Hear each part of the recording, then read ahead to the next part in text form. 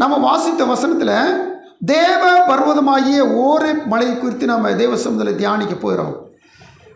இந்த பர்வதம் பிரசித்தி பெற்ற பெரிய மனுஷர்கள் அநேகர் தங்களுடைய வாழ்வில் மரண பயம் வந்த பொழுது அவர்கள் ஓடி போயிருக்கத்தக்கதாக ஒரு மலை, இந்த தேவ பர்வதமாகிய ஓரே மலை.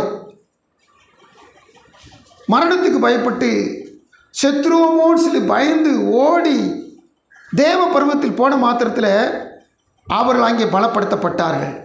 அல்லேலூயா, ஸ்தோத்திரம்.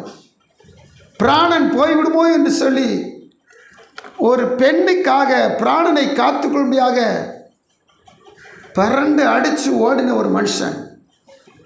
அந்த மனுஷனும் ஓரே பருவத்தில் போய் தான் பலப்படுத்தப்பட்டான்.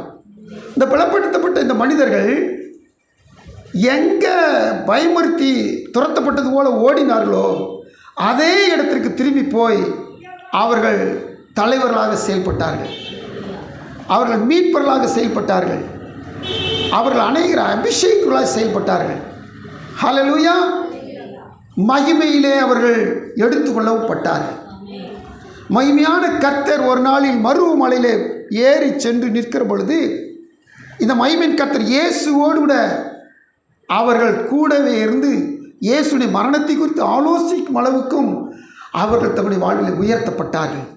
அல்லேலூயா. நம்ம எல்லாருக்கும் இந்த 2 நபரை குறித்து தெரியும். இந்த 2 நபர் தான் மோசேயும் எலியாவும்.